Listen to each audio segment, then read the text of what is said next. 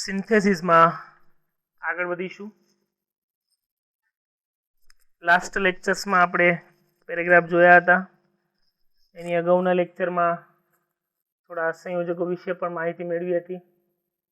સંયોજકો વિશે જો ખ્યાલ નહીં હોય મિત્રો તો આઈ એમ શ્યોર કે તમને ખ્યાલ નહીં આવે. બરાબર, તો ફરી એક સલાહ કે બધાએ આગળના જે ટોપિક છે લખીને તૈયાર કરવા, તૈયાર કરીને જ લેક્ચરમાં બેસવું.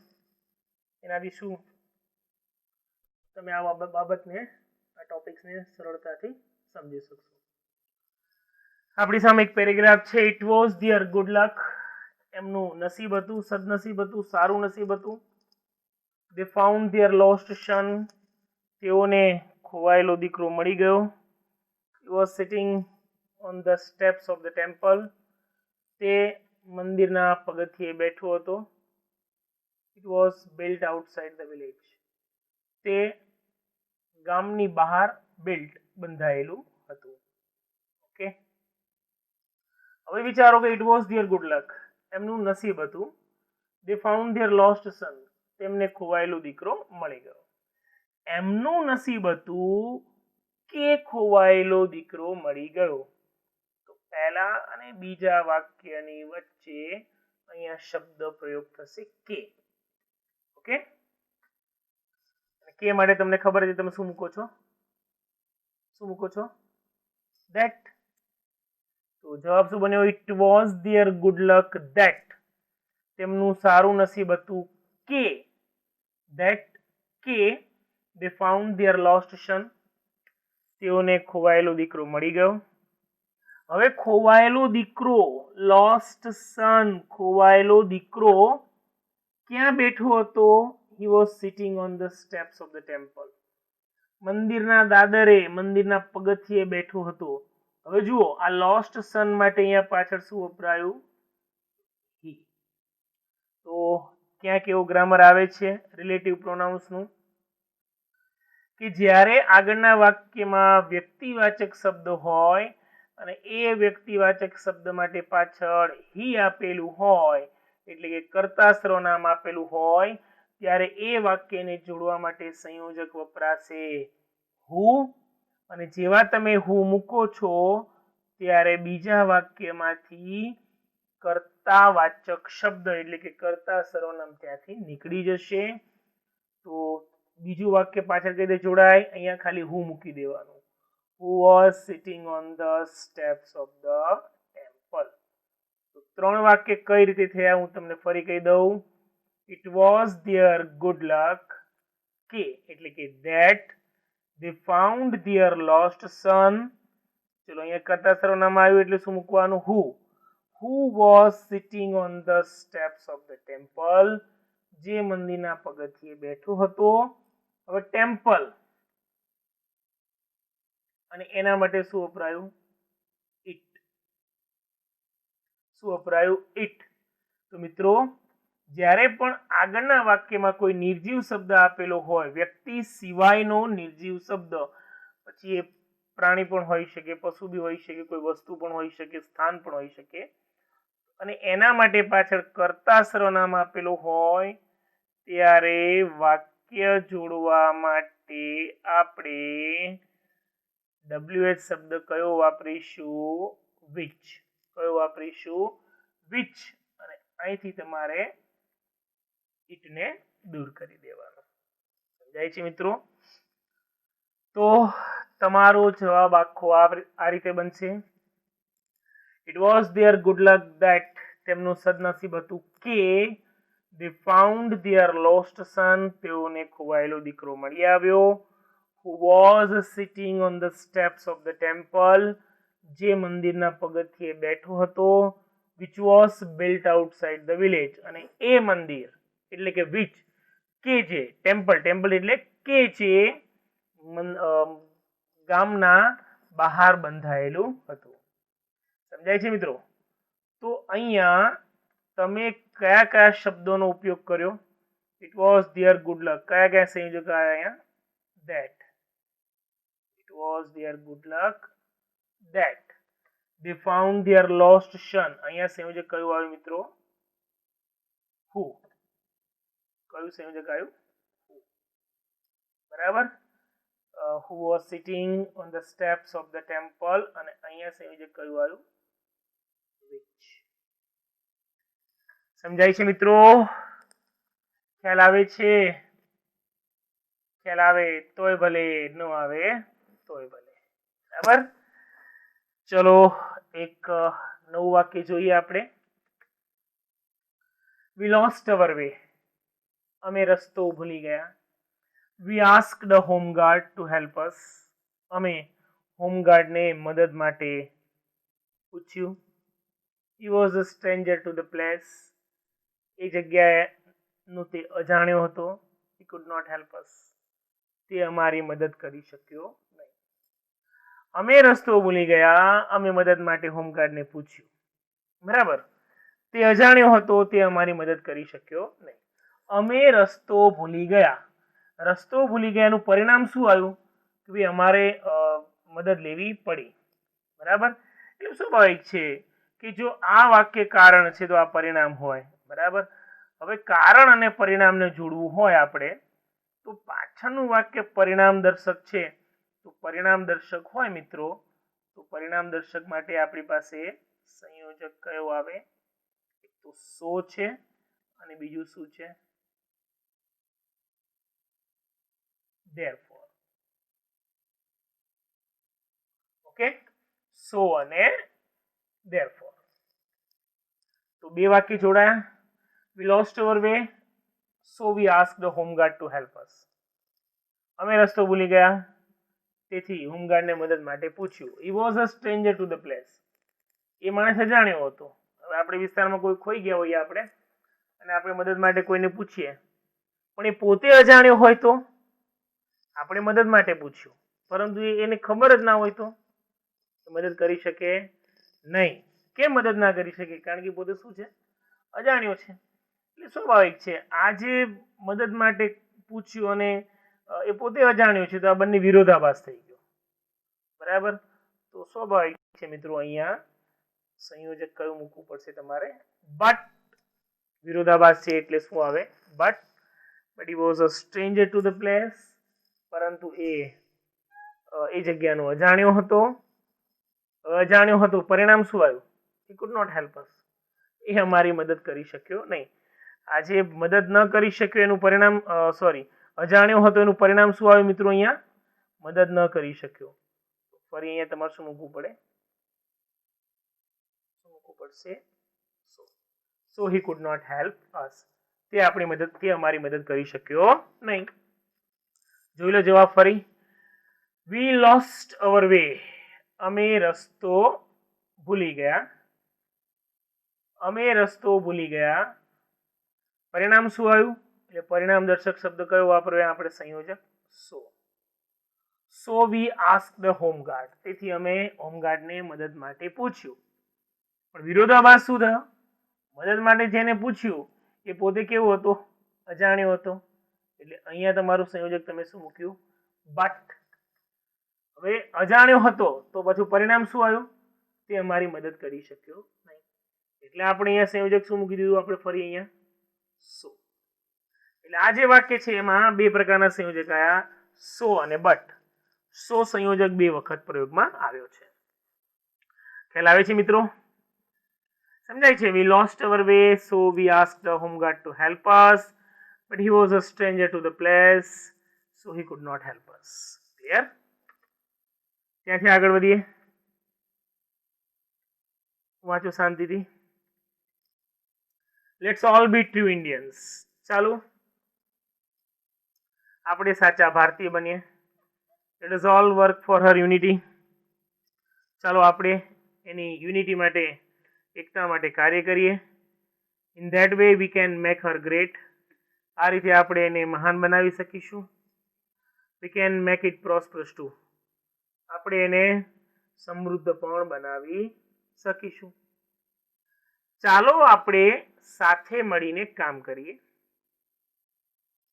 Let us all work hard for unity. તેની એકતા માટે કામ કરીએ. ચાલો સાચા ભારતીય બનીએ.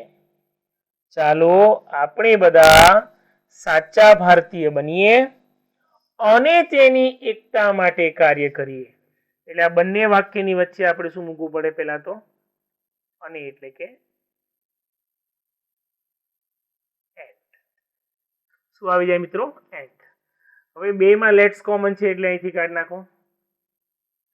અહીંયા પણ ઓલ છે, અહીંયા પણ ઓલ છે એટલે કાઢી નાખો. બરાબર. એટલે પહેલો વિકલ્પ છે તમારો લેટ્સ ઓલ બી, હા પહેલો વિકલ્પ છે ટ્રુ ઇન્ડિયન્સ, બીજો વિકલ્પ છે વર્ક ફોર હર. એટલે સ્વાભાવિક છે બેની વચ્ચે તમારે શું મૂકવાનું? એન્ડ. બે વાક્યની આ જે અંડરલાઈન વાળો ભાગ છે એમાં તમારે શું મૂકવાનું? એન્ડ. ઓકે, તો જવાબ શું બનશે પહેલા બીજામાં? Let's all be true Indians and work for her unity. બરાબર, બીજા વિકલ્પની આગળ શું મૂકવાનું? એન્ડ. ફરી બોલું છું, let's all be true Indians and work for her unity. ચાલો આપણે બધા સાચા ભારતીય બનીએ અને તેની એકતા માટે કાર્ય કરીએ, જેથી કરીને બરાબર આ બંને ક્રિયા થશે. એનું પરિણામ શું આવે? એનો હેતુ શું? પરિણામની હેતુ, આપણે સાચા ભારતીય બનવાનો હેતુ શું? આપણે દેશની એકતા માટે કામ કરવાનો હેતુ શું? કે આપણે આપણી માતૃભૂમિને ગ્રેટ બનાવી શકીએ, આપણે આપણી માતૃભૂમિને પ્રોસ્પરસ પણ બનાવી શકીએ. પ્રોસ્પરસ એટલે કે સમૃદ્ધ. બરાબર. તો આ જે છે ને આ બંને જે ક્રિયા થઈ આગળની, એનો મૂળ હેતુ શું છે? આ છે ત્રીજું અને ચોથું વાક્ય. એ હેતુ દર્શક વાક્ય છે. અને હેતુ દર્શક વાક્ય હોય તો એને જોડવા માટે તમે શું વાપરી શકો? સો ધેટ, અથવા યાદ કરો શું આવે? With view to. With view to. તો અહીંયા ઇન ધેટ વે કાઢી નાખો, એની જગ્યાએ આપણે સો ધેટ મૂકી દઈએ. સો that we can make her great. બરાબર, આ તો જોડાઈ ગયું. અને પાછળના વાક્યમાંથી આ કાઢી નાખવાનો, વી કેન મેક, આ કાઢી નાખો. બરાબર, અને ઈટ પણ કાઢી નાખો. ઈટ એટલે માતૃભૂમિની જ વાત છે. તો ત્રીજું ચોથું ફરી કરી જોડશું. So that we can make her great and prosperous too. આપણે એને મહાન અને સમૃદ્ધ પણ બનાવી શકીશું. આખો જવાબ ફરી. Let's all be true Indians and work for her unity so that we can make her great and prosperous too. ખ્યાલ આવે છે મિત્રો? તો જોઈ લઈએ આપણે જવાબ કઈ રીતે લખેલો છે.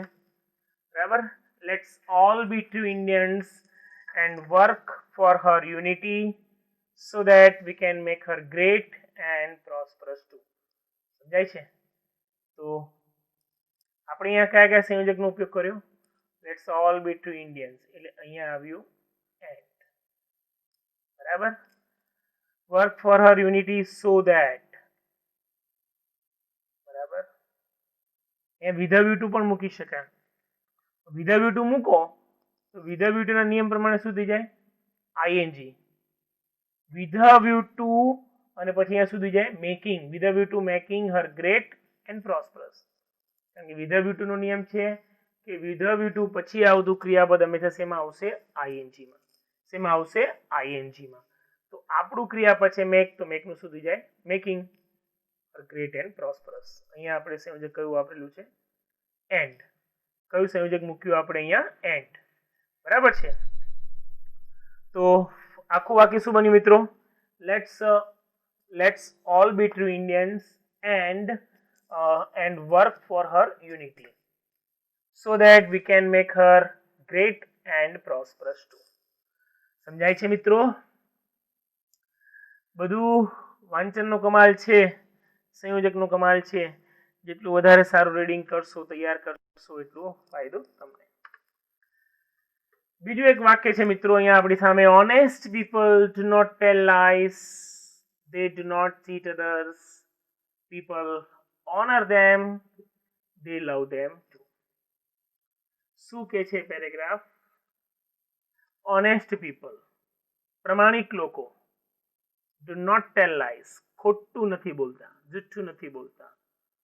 they do not cheat others, તેઓ બીજાને છેતરતા નથી. પીપલ ઓનર ધેમ, લોકો એમનો આદર કરે છે. દે લવ ધેમ ટુ, તેઓ તેમને ચાહે પણ છે. પ્રામાણિક લોકો નથી જુઠ્ઠું બોલતા કે નથી બીજાને છેતરતા. હવે આપણી સામે અહીંયા પહેલા બે વાક્યો છે, એનો આપણે ધ્યાનથી સ્ટડી કરીએ, અભ્યાસ કરીએ. પ્રામાણિક લોકોની વાત છે. પ્રામાણિક લોકો શું નથી કરતા? જુઠ્ઠું નથી બોલતા. પ્રામાણિક લોકો શું નથી કરતા? બીજાને છેતરતા નથી. હવે પ્રામાણિક લોકો જુઠ્ઠું પણ નથી બોલતા અને પ્રામાણિક લોકો છેતરતા પણ નથી. મતલબ બેમાંથી એક પણ વિકલ્પ નહીં. બેમાંથી એક પણ વિકલ્પની પસંદગી નહીં. તો મિત્રો, જ્યારે બંનેમાંથી એક પણ વિકલ્પની પસંદગી ન કરવાની હોય ત્યારે આપણે સંયોજક કયું વાપરીએ છીએ? નાઈધર. કયું વાપરીએ છીએ? નાઈધર. બરાબર. નાઈધર પોતે નકાર છે, તો જ્યારે નકારનું સંયોજક તમે મૂકશો ત્યારે તમારે શું કરવું પડે? અહીંથી ડુ નોટ કાઢવું પડે. બીજા વાક્યમાંથી પણ ડુ નોટ કાઢવું પડે. બરાબર. પહેલો વિકલ્પ છે ટેલ લાઈસ અને બીજો વિકલ્પ છે ચીટ અધર્સ. બીજો વિકલ્પ છે ચીટ અધર્સ. તો પહેલા વિકલ્પની આગળ અહીંયા શું મૂકી દઈશું? નાઈધર. અને અહીંયા બીજા વિકલ્પની આગળ શું મૂકી દઈશું? નોર. તો જવાબ શું બન્યો? Honest people neither tell lies nor cheat others. પ્રામાણિક લોકો નથી જુઠ્ઠું બોલતા કે નથી બીજાને છેતરતા. તો પહેલા અને બીજા વાક્યને આપણે જોડી દીધા. ત્રીજું વાક્ય શું કહે છે? પીપલ ઓનર ધેમ, લોકો એમનો આદર કરે છે. લોકો એમનો આદર કરે છે. લોકો કેમ આદર કરે છે? કયા કારણે આદર કરે છે? કારણ કે પ્રામાણિક લોકો જુઠ્ઠું નથી બોલતા, છેતરતા નથી. તો આ જે બંને વાક્ય થયા એ બંને વાક્યનું પરિણામ છે. આ ત્રીજું વાક્ય શું છે? બંને વાક્યનું પરિણામ છે. પરિણામ મળતું હોય તો પરિણામ દર્શક વાક્યની આગળ તમારે સંયોજક પરિણામ દર્શક મૂકવું પડે. તો અહીંયા તમારું પરિણામ દર્શક સંયોજક શું આવ્યું? સો. તો ત્રીજું વાક્ય જોડાયું. શું થયું? Honest people neither tell lies nor cheat others. પ્રામાણિક લોકો નથી જુઠ્ઠું બોલતા કે નથી બીજાને છેતરતા, તેથી લોકો એમનો આદર કરે છે. ત્રીજું વાક્ય મેં જોડી નાખ્યું. સો પીપલ ઓનર ધેમ, તેથી લોકો એમનો આદર કરે છે. લોકો બીજું શું કરે છે? તેમને ચાહે પણ છે, તેમને પ્રેમ પણ કરે છે. ચાહવા વાળો પ્રેમ, પ્રેમ વાળો પ્રેમ નહીં, ચાહવા વાળો. લોકો એમને ગમે છે. બરાબર છે. પીપલ માટે શું પરિશબ્દ શું વપરાયું? ધે, એટલે કાઢી નાખવાનું. અને એમને ચાહે પણ છે. તો આપણે ચોથા વાક્યને જોડવા માટે સંયોજક શું મૂકીશું? એન્ડ. તો સમજાય છે મિત્રો? ચારે ચાર વાક્ય આપણી સામે જોડાઈ ગયા. ફરી બોલું છું. Honest people neither tell lies nor cheat others.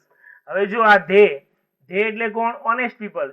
એટલે ફરી આપણે લખતા નથી. અહીંથી ડુ નોટ કાઢી નાખ્યું, અહીંથી ડુ નોટ કાઢી નાખ્યું. બરાબર. ઓનેસ્ટ પીપલ અહીંયા મૂક્યું નાઈધર ટેલ લાઈસ, અહીંયા મૂક્યું નોર ચીટ અધર્સ. પાછળનું વાક્ય પરિણામ છે માટે પરિણામ દર્શક સંયોજક શું આવ્યું? સો પીપલ ઓનર ધેમ. ચોથા વાક્ય એ પણ અન્ય ક્રિયા છે, આગળની ક્રિયા છે, પછીની ક્રિયા છે. તો પછીની ક્રિયા હોય એટલે આપણે શું મૂકીએ? એન્ડ લવ ધેમ ટુ, અને એમને ચાહે પણ છે. તો જોઈ લે જવાબમાં કઈ રીતે છે. જવાબ પણ આપણી સામે જ લખેલો છે. Honest people neither tell lies nor cheat others, so people honour them and love them too. તો મિત્રો, આપણે અહીંયા કયા કયા સંયોજકનો ઉપયોગ કર્યો? એક તો નાઈધર. બરાબર. નાઈધર ની સાથે નોર આવે. જો પહેલા વિકલ્પની આગળ ટેલ લાઈસ એટલે પહેલા વિકલ્પની આગળ નાઈધર, બીજા વિકલ્પની આગળ નોર. પછી અહીંયા શું મૂક્યું? સો. પછી અહીંયા શું મૂક્યું? એન્ડ. શું મૂક્યું? એન્ડ. ખ્યાલ આવે છે મિત્રો? સમજાય છે? ચલો, ત્યાંથી હવે આપણે આગળ વધીશું. પછીનો પેરેગ્રાફ આપણી સામે છે. The speech was delivered. ભાષણ આપવામાં આવ્યું.